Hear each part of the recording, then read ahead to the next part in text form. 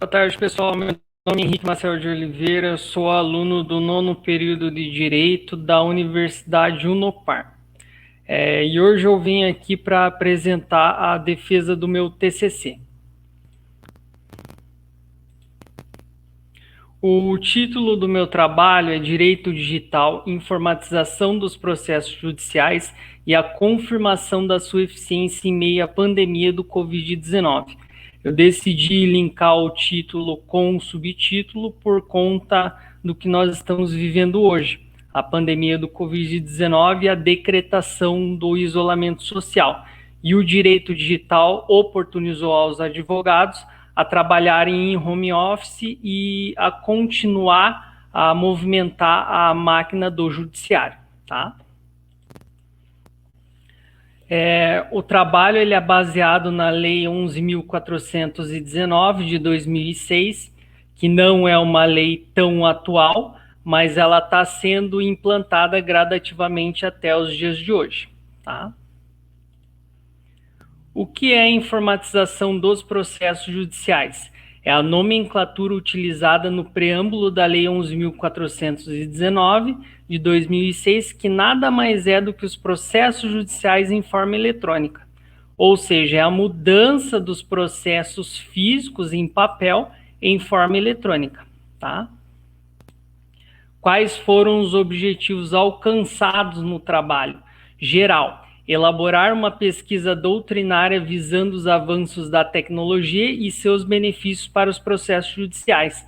Os específicos, comparar a eficiência na prestação jurisdicional antes e após a implantação dos processos judiciais eletrônicos. Ou seja, a mudança do processo físico para o processo judicial eletrônico. O antes e depois, os seus benefícios, os seus contras, né? E tudo isso eu vou explicar durante o TCC. Qual a função da informatização dos processos judiciais?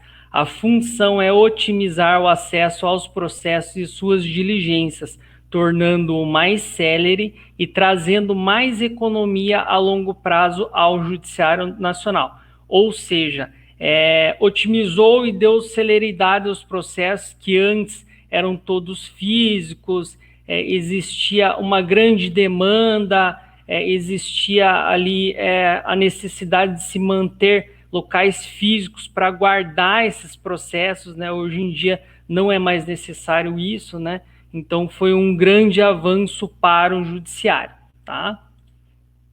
Quais são os benefícios dessa mudança? Eu vou falar aqui para vocês quais foram os benefícios e alguns deles eu vou tentar dar uma explicada, tentar adentrar um pouco mais sobre o assunto, tá?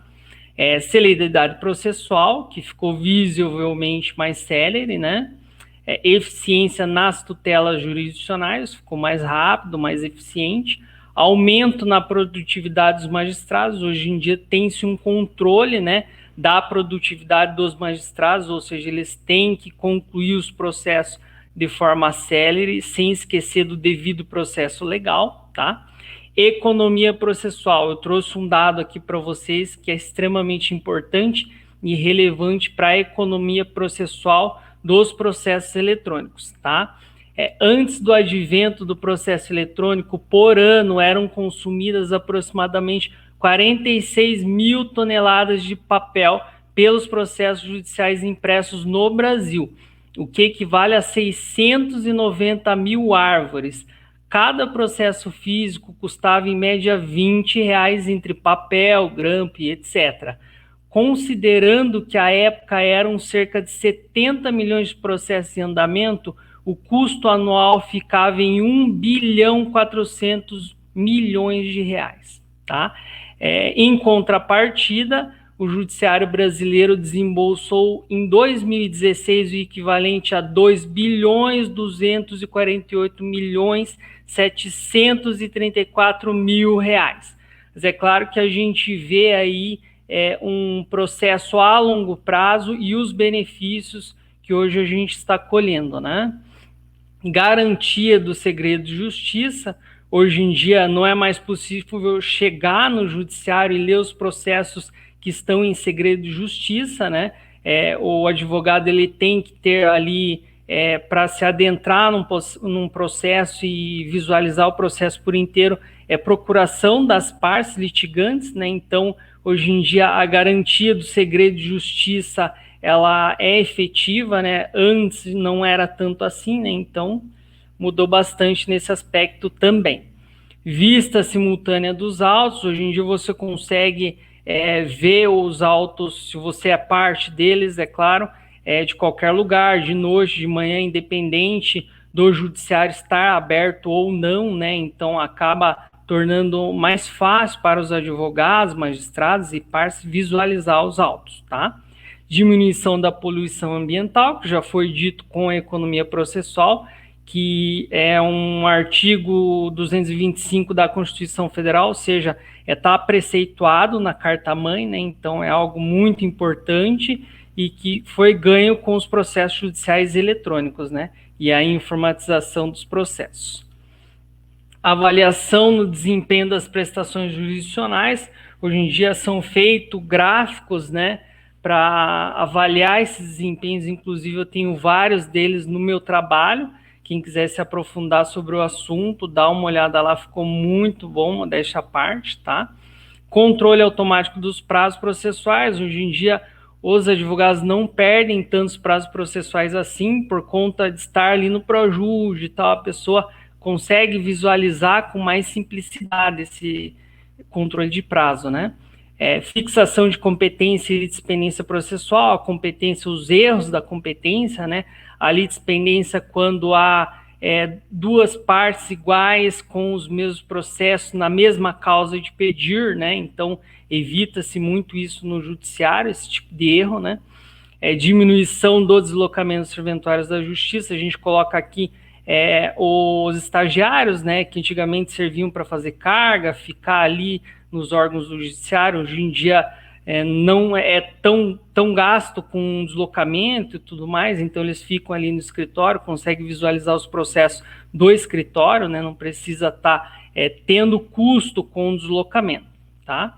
Trouxe a possibilidade de efetivar o isolamento social na pandemia do Covid-19 sem interromper o trabalho do judiciário, tá? Como já foi dito antes. Aqui eu coloquei o gráfico do parâmetro da duração de um processo físico e eletrônico. Nesse gráfico é possível visualizar que menos de 25% dos processos eletrônicos ultrapassam a barreira de 50 meses, cerca de 4 anos, sem indicação de término processual. Em contrapartida, mais 50% dos processos físicos ultrapassaram essa barreira, o que traz à tona a celeridade do PJE. Então, esse gráfico ele foi muito importante para a montagem do trabalho, para o esclarecimento de pessoas que não conhecem muito sobre o assunto, tá? Ainda assim, nos processos eletrônicos é um tempo alto, mas diminuiu bastante em vista dos processos físicos, tá? Otimização no envio de cartas judiciais, está preceituado no artigo 236 e 237 do CPC. As cartas judiciais são uma forma de efetuar diligências de um processo fora da circunscrição de competência fixada e estão reguladas no artigo 236 e 237 do Código de Processo Civil. Com a mudança do processo físico para o eletrônico, a emissão do instrumento de carta judicial para os operadores de direito de outra comarca ficou visivelmente mais célere. Existem 3 tipos de carta judicial previstas pelo Código de Processo Civil, que são carta de ordem, rogatória, precatória, que é a mais comumente utilizada, e arbitral. Isso nos mostra que o juiz de Londrina ele consegue mandar uma diligência via eletrônica para o juiz de Curitiba e no mesmo dia essa diligência vai ser efetuada de forma mais célere. Antigamente o juiz ele teria que ligar para o outro juiz da outra comarca ou até mesmo mandar uma carta física. Então, nesse aspecto, o judiciário ele ganhou bastante também, tá? Qual foi o impacto do processo judicial eletrônico na pandemia? Trouxe ao Judiciário Nacional o benefício de não interromper os trabalhos, como aconteceu em vários setores da iniciativa pública e privada, com algumas resoluções formuladas pelo CNJ, que é quem regulamenta ali os processos judiciais eletrônicos, né, em que foram normatizadas as atividades em ambiente virtual, adoção ao teletrabalho, audiência sessões, reuniões, atendimento e comunicações feitas de forma remota através da rede mundial de computadores. Oportunizou ao Estado a criação de políticas públicas com base nos dados estatísticos elaborados pelos órgãos do Judiciário, que trouxeram as ações mais demandadas durante a pandemia, como o painel de ações Covid-19 elaborado pelo STF. Está aqui o painel para vocês. Esse painel tem mais de 8.421 processos que são ingressados no STF, né? Então, esse painel oportunizou ao Executivo a formular políticas públicas para que os processos que tenham relação com o Covid-19 não sejam tão demandados assim, tá? Então, é outro aspecto aí que o Judiciário está um pé à frente às outras áreas aí, né? Considerações finais, por fim, foi necessário analisar que o objetivo do presente trabalho teve como finalidade propor a importância da informatização dos processos judiciais baseados na Lei 11.419 de 2006. Como em todos os ramos da iniciativa pública e privada, a demanda pelo uso de recursos tecnológicos está cada vez mais presente no dia a dia dos profissionais e que o mercado de trabalho está abrindo mais espaço para pessoas atualizadas na tecnologia da informação, tá? Então, quem usa da tecnologia a seu favor está um passo à frente de quem não usa. Quem está atualizado nesse aspecto aí vai muito bem, principalmente para nós que vamos ingressar aí no judiciário, tá? Coloquei aqui as referências, como a principal eu coloco Tarcísio Teixeira, curso de Direito e Processo Eletrônico da 4ª edição, São Paulo, Saraiva Jur 2018. Foi o livro que me auxiliou na elaboração do meu TCC, tá aqui. Eu venho aqui para agradecer às professoras e professores pelos ensinamentos e aos coordenadores e coordenadoras pelo suporte dado. Obrigado.